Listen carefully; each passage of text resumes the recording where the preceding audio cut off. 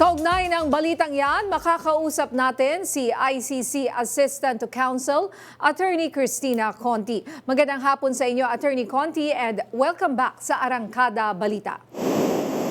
Magandang hapon. Okay, Attorney, ngayong pinangalanan na itong mga sinasabing co-perpetrators, inaasahan na ba itong paglabas ng warrant of arrest mula sa ICC para sa kanila? Well, hindi po automatic ang warrant, pero kung kami, gusto sana namin magkaroon na ng warrant of arrest.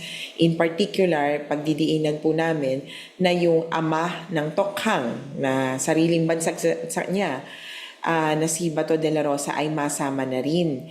Ito ay para makumpleto talaga yung litrato ng war on drugs na may ilan na talagang pinaka-responsable para sa war on drugs.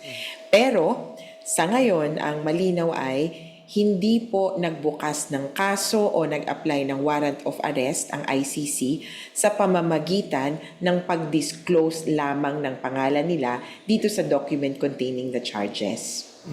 So, pero attorney, pag sinabi natin co-perpetrators, anong ibig sabihin yan para sa mga nanonood ngayon, sa mga hindi nakakaintindi po? Dahil nagkukwento yung ICC kung papaano nangyari, ang co-perpetrator ay kumbaga kakontsaba, kasapakat ni Duterte nung ginagawa ang krimen. So, ganun po yung natin, kumbaga taking us back in time. Nung ginawa ang krimen, ito ang mga kasali niya, itong mga kasama niya, itong mga tumulong sa kanya para gawing epektibo itong war on drugs. Iba pa ito dun sa kalaunan, kakasuhan ba? Ito na ba ang itinuturing na most responsible, etc. Hiwalay na proseso po yung mangyayari bago mo matawag na co-accused o kaya at iba naman din pong paraan ng participation yung matawag kang co-conspirator. Kaya iba-iba po ang mga terminong yan. Sa ngayon, ang gagamitin po natin ay co-perpetrator or kasama niya nung ginawa ang krimen.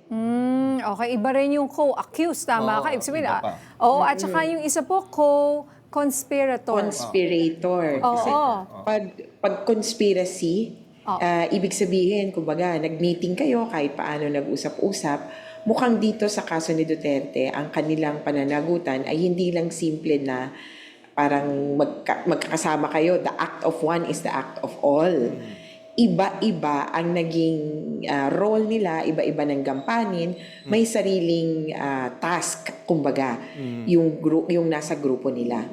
Pero doon sa tatlong minention nyo, attorney, pinakamabigat obviously siguro yung co-accused. Pero itong co-perpetrator, parang doon sa tatlong minention nyo, siya yung pinaka-weak. Tama ba? Hindi pa sila. Naku, hindi pa nga kasi yung co-perpetrator, ibig sabihin, isa ka sa mga gumawa. Siguro bago lang kasi sa pandinig natin. Bago sa pandinig natin. Isa ka sa mga gumawa o nag-order nito. Oo. Okay. Ikaw yung umaksyon at tumulong na gawin yung krimen. Mabigat. Sa Pilipinas kasi. Pero tama, attorney, sabi nyo, hindi nangangahulugan ay mabibigyan kagad sila ng warrant. Tama po. May ibang proseso pa. At take note na co-perpetrator siya sa point of view ng prosecutor. Of course, pwede nilang sabihin na hindi kami kabahagi niyan, wala kaming kinalaman. Kaya sa ngayon, ay hindi nyo matatawag din na co-accused kasi wala pang kaso. At sa proseso, kailangan munang ma-issuehan ng warrant of arrest. Again, hindi po automatic yung warrant of arrest. Ang pag-a-apply niyan ay ayon siguro sa masasabing prosecutorial strategy or prosecutorial discretion. Ang ICC kasi may kapangyarihan siya sa lahat ng gumagawa ng krimen na saklaw niya, katulad ng crimes against humanity. Kaya, itong 8 ito, masasabi ko na, ay subject siya ng investigation ng ICC. Sila lahat. Dahil co-perpetrators or mga kapwa gumawa ng krimen laban sa sangkatauhan. Pero, ang proseso ng pagpili kung sinong tao ang kakasuhan sa ICC, a-applyan ng warrant of arrest, ma-issuehan ng warrant of arrest, at kalaunan, hulihin, marami ang factors patungkol dyan. Ang ICC, sabi nila, magpo-focus daw sila sa most responsible. For example, si Justice Aguirre, parang sinasabi niya kanina, nakikinig ako, sabi niya, bakit ka raw siya co-perpetrator, gayong ang trabaho lang daw niya ay parang naging abogado raw ni dating Pangulong Duterte, nung mayor pa siya at nung presidente. At pati parang kanina nakita ko nga, abogado siya nung mga inakusahan allegedly dun na parte ng Davao Death Squad. Alam nyo, parang iba din naman yung sa pananaw ng ICC, Office of the Prosecutor. Ang hawak nilang dokumento ay patungkol sa mga hindi lang pagiging abogado, kundi pagsisigurado. Kasi pag naging abogado ka, parang ni-request ka lang na, can you represent this? Pero yung iba, yung kadikit ka talaga at ikaw ang nagsisigurado na walang makakasuhan o lahat makakalusot dun sa mga gumawa ng krimen. At hindi siya simpleng kinakasuhan dahil siya ay Secretary of Justice, kundi dahil siya ay galing sa Davao, inuluklok bilang Secretary of Justice, precisely para siguraduhin, ipagpatuloy na siguraduhin, walang mananagot.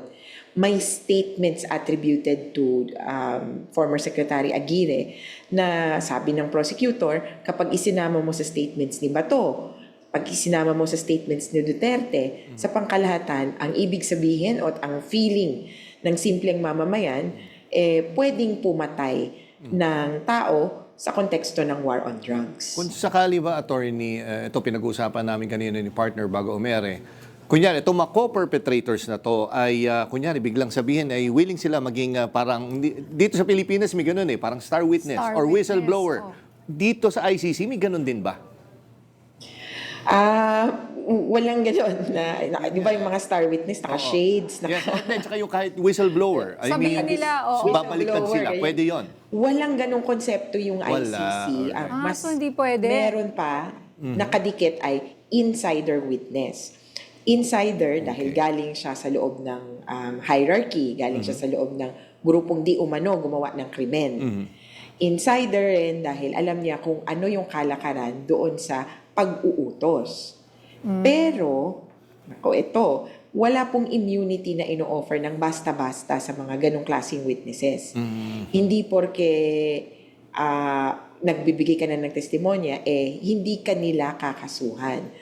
Kunyari, example na lang, kaso baka ma-offend naman si Senator Bato, pero kunyari si Senator Bato, iniisip niyang magbigay ng testimonya sa ICC, na isa din namang challenge ko. Hindi po ibig sabihin ay pawawalang bisa o ipapawalang sala siya. Posibleng bumaba siguro ang kanyang penalty, pero hindi po nito mabubura yung ginawa niyang krimen kung siya ay isa sa mga most responsible.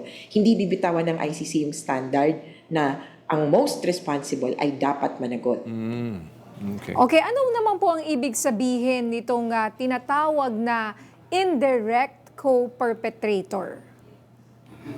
Yung indirect, ibig sabihin lang, hindi sila yung gumawa ng mismong crimes against humanity in the acts of murder.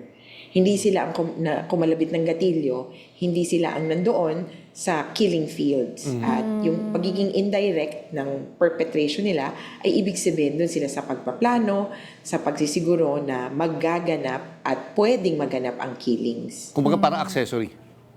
Kumbaga sa atin, Hindi nga, mastermind. Mastermind. Okay. Mastermind. Okay. Itong mga co-perpetrators, hindi mo matatawag na accessory kasi ang accessory dito din sa Pilipinas is someone who is kind of necessary para gawin yung krimen o naging bahagi. Hindi siya gumawa, kunyari nagpatakas o kaya nagbigay ng bahay para doon gawin yung krimen. Hindi ganun ito Ito mismo yung nag-utos, nagplano, at nag-create ng atmosphere na pwede ang mga patayan. Take note na hindi lang ito simpleng utos Si Duterte, at saka take note, itong mga co-perpetrators, hindi pa natin sinisinsin yung modes of responsibility nila.